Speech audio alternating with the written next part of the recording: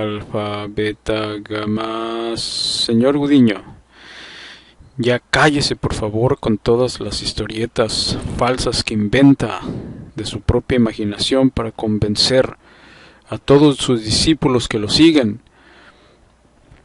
Todos los discípulos que siguen a Sergio Gudiño tienen que saber que es un fraude. Yo lo demostré en muchos de mis videos con argumentos gramaticales que no tenían coherencia. Pueden ver ahí mis videos previos. El grupo Innovation Group encontró varios plagios del señor Gudiño, donde copiaba todo de artículos de diferentes escritores. Entonces, los seguidores de Sergio Gudiño tienen que entender que el señor es un fraude. Inventa todo de su mera imaginación y no tiene evidencia sólida, ni contundente, ni conclusa de todo lo que está mostrando.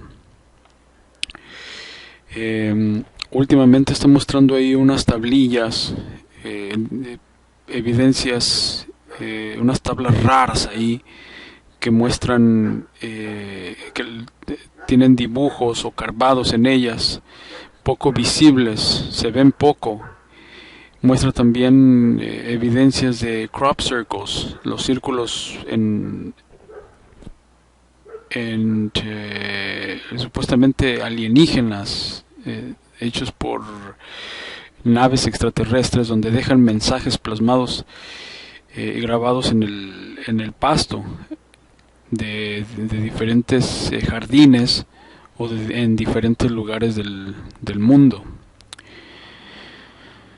Ya no se crean lo que el Señor está diciendo, porque ya se salió completamente de, pues en realidad, a lo que se apegaba más, que era pues un manuscrito. Voynich por lo menos le daba ahí una traducción rara de su propia interpretación de él, que también es completamente absurda como todo lo demás. El señor ya no solamente se dedica, según él, a traducir el manuscrito de Voynich, que era lo que más se apegaba y por lo menos tenía un poco más de relevancia en todo su estudio del manuscrito, pero ahora no, ahora ya se salió completamente de la tangente y ahora nos está hablando incluso con lujo de detalle de los orígenes de la humanidad, de la creación, de dónde venimos nosotros. Lo repito nuevamente, con lujo de detalle, con nombres, con fechas, con eventos. El Señor sabe exactamente cómo es que la creación se originó. Ya eso yo creo que ni Dios lo sabe. Él sabe más que Dios, yo creo, todavía, de cómo se originó la creación de nuestro universo, de nuestra especie. Y eso se me hace demasiado inverosímil de creer, porque para empezar nos muestra ahí evidencias de unas tablas antiguas, rupestres, sí, son parte de la historia y son parte de la prehistoria también. Es evidencia, pero es una evidencia que no es completamente clara ni contundente y conclusa para encapsularnos toda la historia del universo y de nuestra creación y de nosotros mismos, basándonos simple y sencillamente en eso, o en los crop circles que muestra, dándonos a entender que han sido creados por seres alienígenas, seres extraterrestres, y que de alguna forma ha habido una serie de conflictos galácticos con nosotros y con ellos y con toda la historia, los Anunnakis, ¿cuáles son los otros? Los Anunnakis y los... se me olvidó el nombre, se me fue, pero prácticamente son parte de historias que se han venido extrayendo de la Biblia, de los libros que no se incluyeron en la Biblia, como son el libro de Enoch, donde habla de los Nefilim, esa es la palabra, donde habla de los Nefilim, y los Anunnakis y toda otra forma de origen de nuestra especie.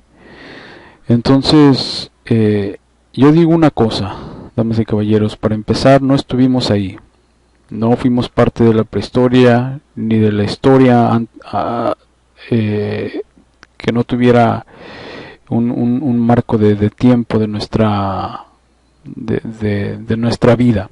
No estuvimos ahí, y por lo tanto no podemos asegurar con lujo de detalle, aunque haya evidencias de la forma que él lo hace, porque él nos está hablando de una creación cósmica, de una creación de diferentes caracteres, de diferentes personajes y dioses y creadores. Y bueno, hay una serie ahí de jerarquías y categorías que él da, que esto se podría hacer una película, señor Gudiño. Se puede hacer un script de todo esto para hacer una película de los Anunnaki. Yo se lo escribo si quiere. Es interesante.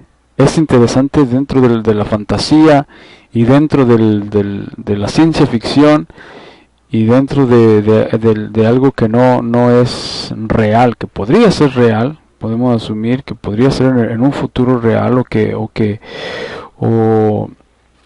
fue escrita por la mente novelística de algún escritor en el pasado, como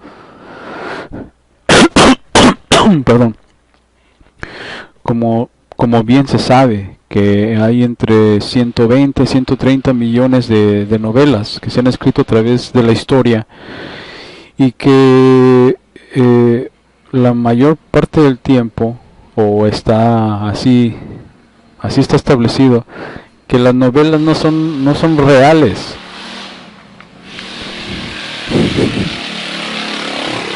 Perdón. Está establecido que las novelas no son reales, son mera producto de nuestra imaginación como escritores, como seres humanos. Ahora, es por eso que en los libros, cuando vamos a la tienda, vemos un libro, lo queremos comprar, en la carátula, en el cover, en la cubierta, tiene enseguida dice novela, porque no es un trabajo, más bien es un trabajo ficticio, es un trabajo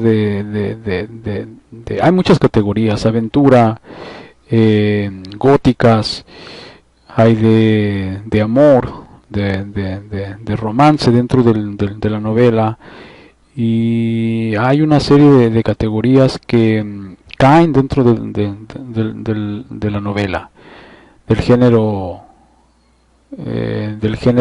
de novela. Entonces, todo esto que hemos encontrado en tablillas, en pergaminos, en papiros, en diferentes recursos que han encontrado los eruditos, scholars en inglés, acerca de la Biblia, de los libros, todo, pudieron haber sido simplemente productos novelísticos de la mente de alguien. Esa es una teoría, para no pararnos pues ahora sí que, ¿cómo se podría decir?, en un pantano de asumir verdades, o de asegurar verdades más bien. No hay suficiente evidencia, el Señor no está mostrando suficientes evidencias, no para definir y sumarizar toda nuestra historia de la creación. Por favor, Señor Gudiño, por favor, por el amor de Dios, le ruego, le pido que ya deje de estar inventando historias de esa índole, porque está confundiendo a la gente, ya nadie se la cree, lo vuelvo a repetir, nadie se la está creyendo, por favor. Deje de inventar historias. Otro de los argumentos fuertes que podrían, ahora sí que respaldar el hecho de que, miren, está bien fácil deducir por qué no es verdad estas historias, ni muchas de las que muchas otras personas cuentan acerca del origen de nuestra creación, entre tantas otras idioteces que dice el Señor. A lo largo de la historia, nuestra historia se ha llevado a cabo en periodos de tiempo. Ha habido tiempos romanos, tiempos medievales, ha habido incluso tiempos de la prehistoria, pero en este transcurso han quedado eventos ocultos que nunca hemos sabido de ellos. Son eventos y son escenarios tan claros que dan un ejemplo claro de por qué, dan un ejemplo claro de por qué no podría existir algo eh, paranormal o algo sobrenatural como lo que el Señor describe. Miren, ¿para qué vamos a hacernos bolas? ¿Para qué vamos a revolvernos con los periodos de tiempo y con las evidencias que se muestran? Si ni en nuestro propio tiempo, el tiempo más apegado a nosotros, a nuestro periodo de tiempo contemporáneo, 200, 300, hasta 400 años, incluso décadas, como son los años 20, 40, 50, no hemos podido capturar eventos y escenarios, circunstancias de la historia con detalle. Se nos han escapado múltiples cosas acerca de todos los periodos de tiempo que no tienen nada que ver con 3000, 4000, 5000, 6000, miles y millones de años. Es inverosímil nuevamente creer que podamos nosotros haber recopilado datos exactos del origen de la creación, incluso sin haberlo visto, solamente basándonos en unas rocas o en unos rollos o en unas tablillas que tienen cientos de años. Les voy a dar un par de ejemplos interesantes, son interesantes para que sepan más o menos a lo que me estoy refiriendo. Miren, nadie sabe, nadie se dio cuenta, o más bien no quedó en la historia, en los récords grabados, ni obviamente no había tecnología en aquel entonces, pero tampoco nadie sabe a ciencia cierta cómo hablaba Abraham Lincoln. Nadie sabe si tenía un tono de voz grave, aguda, fuerte, débil. Nadie, jamás se supo, no se sabe. Es un misterio cómo es que Abraham Lincoln, cómo era la voz de Abraham Lincoln. Newton, por ejemplo, Isaac Newton, uno de los más grandes científicos de la historia de las matemáticas y de la física y de la astronomía, incluso se piensa que es más grande que Einstein, se segregó en un sótano en su casa por mucho tiempo. Nadie se dio cuenta, no hay ninguna narrativa por qué hizo esto. Nunca escribió un diario acerca de por qué lo había hecho, no dio explicaciones, simple y sencillamente se encerró en un sótano con un compañero y estudiaba la alquimia ahí dentro de ese sótano. Pero jamás se supo todo lo demás acerca de él, menos por qué se había apartado de la sociedad, por tanto tiempo. Ese misterio quedó siempre en la vida de Isaac Newton. Nadie lo ha podido figurar, nadie ha podido saber. Nadie ha podido saber tampoco cómo era Alejandro el Grande, Alexander the Great. Nunca se encontró una moneda que tuviera lujo de detalle acerca de sus facciones o alguna pintura de la época que nos dijera exactamente cómo es que se proyectaba Alejandro el Grande. No hay no hay ninguna historia de alguien que nos narre cómo es que estos personajes eran. Sócrates, el más grande filósofo, el más conocido, más popular de todos los tiempos, llenó libros enteros de diálogos con sus en contra o con sus rivales de la filosofía. Escribió varios libros de diálogos filosóficos, y es un personaje que se le considera como uno de los que han cambiado la historia, así como Einstein, como Isaac Newton, han cambiado la historia, y no hay evidencias de que Sócrates en realidad haya existido. Nunca se encontró su tumba, sus restos jamás se encontraron. No hay evidencia de que él escribió lo que escribió. No hay tablillas, no hay cuadernos, no hay rollos, no hay nada que nos diga que Sócrates en realidad existió. Son simple y sencillamente los diálogos escritos a través de Plato o Platón, y es todo lo que existe. El más popular y el más grande, Jesús Cristo, ya sabemos, el considerado Hijo de Dios, existió supuestamente, de acuerdo a los eruditos de la historia bíblica, hace poco más de 2000 años o 2000 años, y no tuvimos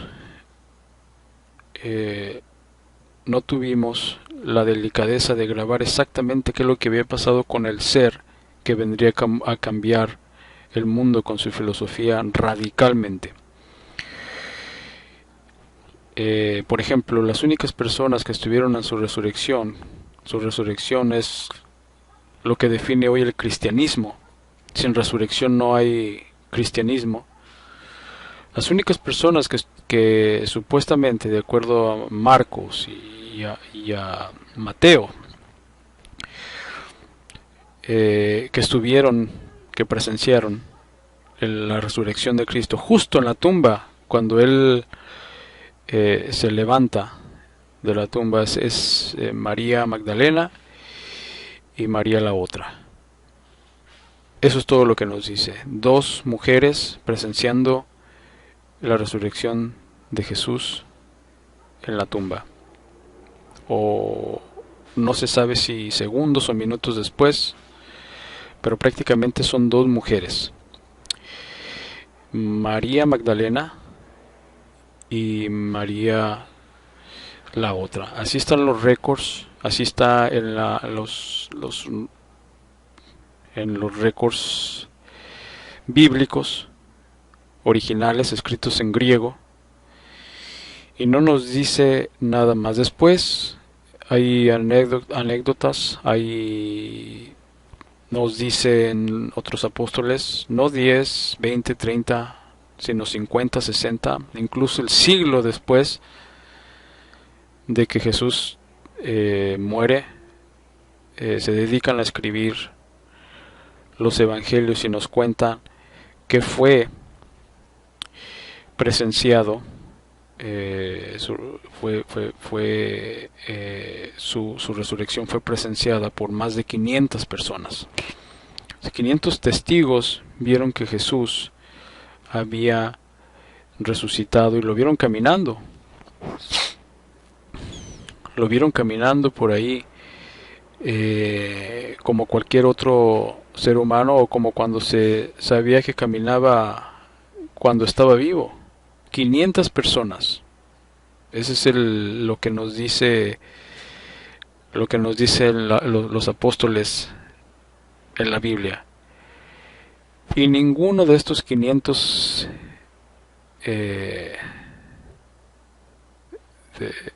espectadores,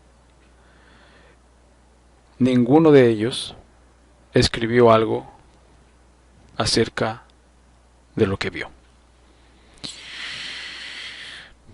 Nuevamente no hay detalles, no hay nada que corrobore qué es lo que pasó exactamente en estos eventos que acabo de describir. No lo hay. Simple y sencillamente no lo hay porque no estuvimos ahí. No tuvimos una cámara, no tuvimos un celular para haber estado ahí en ese periodo de la historia. Y no podemos asumir nada. Perdón, no podemos asegurar nada.